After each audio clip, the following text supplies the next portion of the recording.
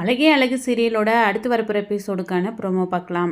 Hospital போயிட்டு வந்த உடனே லக்ஷ்மி உள்ளார வந்ததும் மலர் மலர் அப்படி சொல்லி கூப்பிட்டுட்டு வராங்க. உடனே மதி சொல்கிறாங்க, மலர் இல்லை சொல்லுங்க அப்படி சொல்லிட்டு. மலர் இல்லையா, ஏன் எங்கே போனாவ அப்படி சொல்லி கேட்குறாங்க. உடனே அவங்க கொஞ்சம் வேலையாக வெளியே போயிருக்காங்கன்னு. கொஞ்சம் வேலையாக வெளியே போயிருக்காளா, என்ன புதுசாக இருக்குது அப்படி சொல்லிட்டு.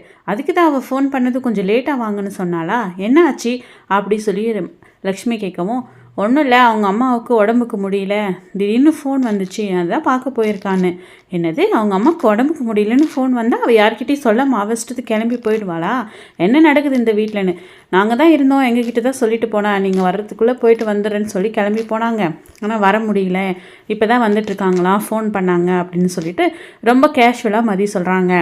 மலர் பார்த்திங்கன்னா ஆட்டோவிலேருந்து இறங்கி உள்ளே வராங்க. என்ன மலர் புதுசாக இருக்குது, உன் அம்மாவுக்கு உடம்புக்கு முடியல அப்படின்னா எங்கள் யார்கிட்டையும் ஒரு வார்த்தை கூட கேட்காம நீ பாட்டுக்கு கிளம்பி போயிடுவியா நீ அப்படி சொல்லி கேட்குறாங்க. இல்லைத்த, நீங்கள் போய் வர்றதுக்குள்ளே போயிட்டு வந்துடலாம், வந்ததுக்கப்புறம் சொல்லிக்கலான்னு தான் நினச்சேன், நீங்களே ஆமாம் உடம்புக்கு முடியலன்னு ஹாஸ்பிட்டல் போயிருந்தீங்க, அதான் நான் போனேன் அப்படின்னு சொல்லிட்டு மலர் சொல்லிவிட்டு உடனே மதியை பார்க்குறாங்க. என்னடா இது, மதி எல்லாத்தையும் சொல்லாமல் சமாளிச்சிடலாம் அப்படி சொன்னாங்க, ஆனால் எல்லாத்தையுமே சொல்லிட்டு இருக்காங்க இல்லையா அப்படிங்கிற மாதிரி தான் மலர் இப்போ மதியை பார்க்குறாங்க. இந்த வீட்டுக்குள்ளே சொல்கிற வேலையை தான் செய்யாமல் எதிர்த்து பேசிக்கிட்டு எல்லாத்தையுமே அவங்க இஷ்டத்துக்கு செய்கிற மாதிரி இருந்தாலும், ஏதோ வெளியில் போகும்போதாவது பெரியவங்க இருக்காங்களே சொல்லிட்டு போகலாம் செய்யலாம் அப்படிங்கிற கான்செப்ட்லேயாவது இருந்துச்சு, இப்போ அது கூட இல்லாமல் போச்சு இல்லை அப்படின்னு லக்ஷ்மி பேசுகிறாங்க. உடனே மதி இன்டரப்ட் ஆகி பேசுகிறாங்க. அவங்க அம்மாவுக்கு உடம்புக்கு முடியல, இப்போ எப்படி உங்களுக்கு உடம்புக்கு முடியலையோ அதை உங்கள் பிள்ளை ஹாஸ்பிட்டல் கூட்டிகிட்டு போய் பார்த்தாங்களோ அதே போல் தான் அவங்க அம்மாவுக்கு உடம்புக்கு முடியலன்னு ஒரு 8 போய் பார்த்துட்டு வந்தாங்க. இதில் என்ன இருக்குது, நீங்கள் வீட்டில் இருந்தால் சொல்லிட்டு போயிருப்பாங்க, நீங்கள் இல்லாதனால மலர் அவங்களே கிளம்பி போனாங்க, இதில் என்ன தப்பு இருக்குது அப்படி சொல்லிட்டு கேட்கவும், ஓ நீ கொடுத்த ஐடியா தானே இது, நீ சொன்னதுனால தான் அவள் அவ்வளோ தைரியமாக யார்கிட்டையும் சொல்லாமல் வீட்டுக்கு போயிருக்காளா, பரவாயில்லையே அப்படி சொல்லிட்டு. இல்லை உன் அம்மா அதெல்லாம் பார்த்துக்கலாம் வா அப்படி சொன்னாங்களா, அதனால் போனையா அப்படி சொல்லிட்டு லக்ஷ்மி கேட்கவும், இது ஒரு பெரிய விஷயம் இல்லைம்மா, வீடு அவங்க அம்மாவுக்கு உடம்புக்கு முடியலன்ற பதட்டத்தில் போயிட்டா, இதில் எதுக்கு நீங்கள் பெருசாக பேசுகிறீங்க அப்படி சொல்லிட்டு பாக்கியராஜ் சமாளிக்கிறாரு. என்னடா நீயே ஒரு விஷயம் இல்லைன்னு சொல்லிட்டு இருக்க பாக்கியராஜ், என்ன நினச்சிட்ருக்க நீ, அப்போ நாங்களாம் எதுக்கு இந்த வீட்டில் இருக்கோம், எங்ககிட்ட ஃபோன் பண்ணி ஒரு வார்த்தை கேட்டுட்டு போயிருந்தா ஆயிருக்கும்ல, அது என்னது, அதனால தான் அவள் இது அப்படியே, அப்போ நம்ம முன்னாடியே வரலைன்னா இந்த விஷயத்தை அப்படியே மறைச்சிட்ருப்பாள் உன் பொண்டாட்டி, இது எல்லாமே இவங்க 2 பேர் போட்ட பிளானாக தான் இருக்கும் அப்படி சொல்லிட்டு இப்போ பார்த்தீங்கன்னா லக்ஷ்மி ஒரு பக்கம் சொல்லிட்டு இருக்காங்க. இவங்க 2 பேரும் மாறி மாறி வீட்டில் சண்டை அடிச்சிட்ருக்க இந்த நேரத்தில் ரொம்ப டென்ஷனாக சுரேஷ் வீட்டுக்கு வராரு.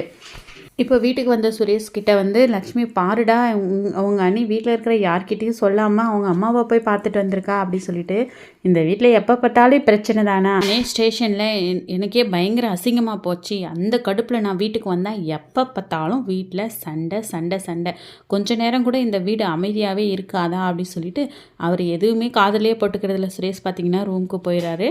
ரூமுக்கு போனதுலேருந்தே அவருக்கு அந்த டிஜிபி பேசினதான் ஞாபகத்துக்கு வருது.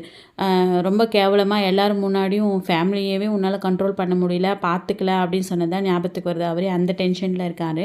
ஸோ உள்ளே போனதும் ஒரு டென்ஷனாக இருக்கிறத பார்க்குறாங்க மதி. என்னவா இருக்கும் தெரியலையே அப்படின்னு சொல்லிட்டு யோசிச்சுட்டு கிச்சனுக்கு வந்துடுறாங்க.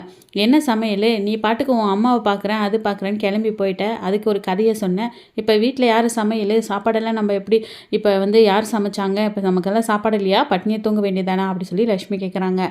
உடனே இல்லை அதெல்லாம் மதி சமைச்சிட்டா அப்படி சொல்கிறாங்க. இப்போ பார்த்தீங்கன்னா மதி சமைச்சதை யார் சாப்பிட முடியும், அவள் என்ன சாப்பிட்ற மாதிரியா சமைச்சு வைக்க போகிறா அப்படி சொல்லிட்டு லக்ஷ்மி சொல்கிறாங்க. சரி அப்படி சொல்லிட்டு பரிமாறவும் எல்லாத்தையும் மலரோட பேஸில் செஞ்சதுனால அது ஒரு அளவுக்கு இருக்கும்.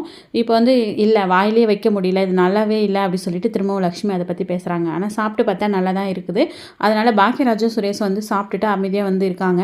என்னடா இது சாப்பிடவே முடியல அப்படி சொல்லிட்டு இருக்கேன், நீங்கள் பாட்டுக்கு சாப்பிட்ருக்கீங்க அப்படின்னு உடனே சுரேஷ் பயங்கரமாக கோவப்படுறாங்க. சாப்பாடு நல்லா தானே இருக்குது, தொட்டதெல்லாம் உங்களுக்கு குறையா, ஏதாவது ஒன்று மாறி மாறி மாறி சொல்லிகிட்டே இருக்க வேண்டியதா, அதுக்கு அவள் பேச வேண்டியது, திரும்ப திரும்ப சண்டை போட்டுகிட்டே இருக்க வேண்டியதா, இன்றைக்கி ஸ்டேஷனில் என்ன நடந்துச்சு தெரியுமா அப்படின்னு சொல்லிட்டு டிஜிபி சுரேஷை கிண்டல் பண்ணி பேசுகிறத எல்லாத்தையுமே சுரேஷ் சொல்கிறாரு. இதை கேட்ட உடனே பயங்கர ஷாக் ஆகுது லக்ஷ்மிக்கு. பார்த்தியா நீ பண்ண வேலை அவனுக்கு அவங்க ஸ்டேஷனில் எவ்வளோ கேவலப்படுத்துகிறாங்கன்னு சொல்லிட்டு ஒழுங்காக அடகு ஒடக்கமாக வீட்டில் இருந்திருந்தேன்னா எந்த பிரச்சனையும் இல்லை, நீ பாட்டுக்கு ஸ்டேஷன் கொண்டு போகும் தானே இவ்வளோ தூரத்துக்கு ஆச்சு அப்படின்னு சொல்லிட்டு நீங்கள் எதுவுமே பண்ணலையா, நானே தான் வந்து ஸ்டேஷன் கொண்டு போயிட்டு நான் இந்த பிரச்சனையா அப்படி சொல்லி மதி பேசவும், தயவு செஞ்சு சைலண்ட்டாக இருங்க, இனிமேல் இந்த வீட்டில் தேவையே இல்லாததுக்கு எதுக்கும் மாறி மாறி வந்து குறை சொல்லிட்டு இருக்கக்கூடாது அப்படி சொல்லிட்டு ராகவன் இருந்து போயிடுறாரு. இப்போ உள்ளே போன உடனே லக்ஷ்மி வந்து ராகவன் கிட்ட சொல்கிறாங்க, இப்போல்லாம் இந்த வீட்டில் நமக்கு மரியாதையே இல்லை, நம்ம பசங்க கூட வந்து நம்ம என்ன சொல்கிறோன்னு காதில் வாங்க மாட்டேங்கிறாங்க, எல்லாருமே வந்து நம்ம ஏதோ வேணும்ன்ட்டே குறை சொல்லி இந்த வீட்டில் பிரச்சனையை உண்டாக்கிட்டு இருக்கிற மாதிரியே வந்து நினைக்கிறாங்க அப்படி சொல்லி லக்ஷ்மி சொல்லிட்டு இருக்கோம். நானும் எல்லாத்தையும் நோட் பண்ணிட்டு தான் இருக்கேன், நம்ம வந்து எவ்வளோ தூரத்துக்கு இதை வந்து பக்குவப்படுத்தி சொன்னாலும் அதை அவங்க கேட்குற நிலைமையில இல்லை, அவங்களுக்கு அவங்க வேலை அவங்க பிரச்சனை இந்த போக்கில் தான் போயிட்டுருக்காங்க, அதனால நம்ம வந்து இதை டைரெக்டாக நம்ம பசங்க நம்ம பேச கேட்டுட்ருக்க வரையும் நம்ம எதுனாலும் சொன்னோம், ஆனால் இப்போ நம்ம வந்து சுச்சுவேஷன் பார்த்து தான் வந்து இந்த மாதிரிலாம் நம்ம ஹேண்டில் பண்ணணும், நமக்குன்னு நேரம் வரும்போது கண்டிப்பாக அந்த மலரும் மதியம் நம்ம கவனிச்சிக்கலாம், இப்போதைக்கு கொஞ்ச நாளைக்கு அமைதியாக இரு லக்ஷ்மி அப்படி சொல்லி ராகவன் சொல்லிட்டுருக்காரு. இப்போ பார்த்தீங்கன்னா நைட் வந்து எல்லா வேலையும் முடிக்கிறதுக்காக மதியும் மலரும் கிச்சனில் ஒர்க் பண்ணிகிட்ருக்காங்க. அப்போ வந்து மதிக்கிட்ட வந்து மலர் சொல்கிறாங்க, என்னங்க நீங்கள் நம்ம இந்த எல்லா விஷயத்தையும் வந்து மறைச்சிடலாம் அப்படி சொன்னாங்க, சட்டுன்னு வந்து நான் என்னோடய அம்மாவை தான் பார்க்க போனேன் அப்படின்னு சொல்லிட்டீங்க, எனக்கு என்ன பண்ணுறதுனே தெரியல, இந்த விஷயம் இப்படியே முடிஞ்சதுனால போச்சு, இதுவே வேறு மாதிரி போயிருந்தால் எப்படிங்க சமாளிக்கிறது, பெரிய ருத்ர தாண்டவமே இருப்பாங்க அத்தை, ஏதோ சுரேஷ் டென்ஷனாக வந்ததுனால இதை பெருசாக எடுத்துக்கல, ஏதோ பாக்கியராஜும் இப்போல்லாம் வந்து கொஞ்சம் எனக்கு சப்போர்ட் பண்ணதுனால போச்சு அப்படி சொல்கிறாங்க. நானும் வந்து இதை தானே எக்ஸ்பெக்ட் பண்ணேன், நீங்கள் அவங்க அம்மாவை அப்பாவை அவர் கூட்டிகிட்டு போகும்போது நீங்கள் உங்கள் அம்மா அப்பாவை போய் பார்க்கக்கூடாதா, இதுக்கெல்லாம் நீங்கள் பயந்து யோசிச்சுட்டு இருந்தால் தான் இந்த நிலைமைக்கு போகும், இதெல்லாம் நீங்கள் யோசிக்கிற அளவுக்கெல்லாம் ஒரு விஷயமே கிடையாது, நீங்கள் என்ன உலகத்தில் பெரிய தப்பை பண்ணிட்டீங்க, ஒன்றும் அம்மாவை தானே பார்க்க போனீங்க அப்படி சொல்லிட்டு மதி சொல்லிட்டு இருக்காங்க. ஸோ அந்த டைமில் வந்துட்டு ரேவதி கிட்டேருந்து வந்து வாய்ஸ் நோட் வருது. உடனே வந்து மலர் சொல்கிறாங்க, நான் இன்றைக்கி யாரோட பர்மிஷனும் இல்லாமல் சுதந்திரமாக ரெடியாகி நானே தனியாக என்னோடய அம்மா வீட்டுக்கு போய் என்னோடய அம்மாவை பார்த்துட்டு வந்துட்டேனே அப்படி சொல்லி சந்தோஷமாக சொல்கிறாங்க. சபாஸ் மலர் அப்படி சொல்லிட்டு ரேவதி சொல்கிறாங்க, இந்த மதி வந்ததுலேருந்து வீட்டில் எல்லாமே கொஞ்சம் கொஞ்சமாக மாறுது அப்படி சொல்லிட்டு, அது மட்டும் இல்லாமல் அவங்களுக்குள்ளே வந்து சின்ன சின்ன விஷயங்களை வந்து குடும்பத்தனமாக ஃப்ரெண்ட்ஸ் மாதிரி பேசி சிரிச்சிட்ருக்காங்க. ஸோ அப்போ வந்து எதாச்சியாக வந்து பாக்கியராஜ் கேட்கவும், இது என்ன விஷயம் இது அப்படி சொல்லிட்டு உடனே அதை போய் மலர்கிட்ட மலர் சொன்னதை வந்து மதிக்கிட்ட போய் கேட்டுட்ருக்காரு பாக்கியராஜா, அதெல்லாம் உங்களால் எதுவும் கண்டுபிடிக்க முடியாது அப்படி சொல்லிட்டு ரொம்ப ஜாலியாக ஃபன்னாக பேசிட்டு சிரிச்சிட்ருக்காங்க. இதை பார்க்குற எதாச்சியாக தங்கராஜ் வந்து பார்த்துட்டு, இவ என்ன யார்கிட்ட ஃப்ரெண்ட்ஸ் கிட்ட பேசும்போது தான் இவ்வளோ சிரித்து பேசிகிட்டு இருப்பா, இவ எதையும் நம்மக்கிட்ட மறைக்கிறா அப்படி சொல்லி பின்னாடி நின்று இவங்க பேசுகிறது எல்லாத்தையுமே கேட்டுட்ருக்காங்க. ஸோ ஆனால் வந்துட்டு தங்கராஜ் பின்னாடி நிற்கிறது எதுவுமே தெரியாமல் மலர்கிட்டையும் மதிக்கிட்டையும் பேசுகிற அந்த ஒரு ஆர்வத்துலேயும் சந்தோஷத்துலேயும் ரேவதி இதை கண்டுக்கிறதே இல்லை.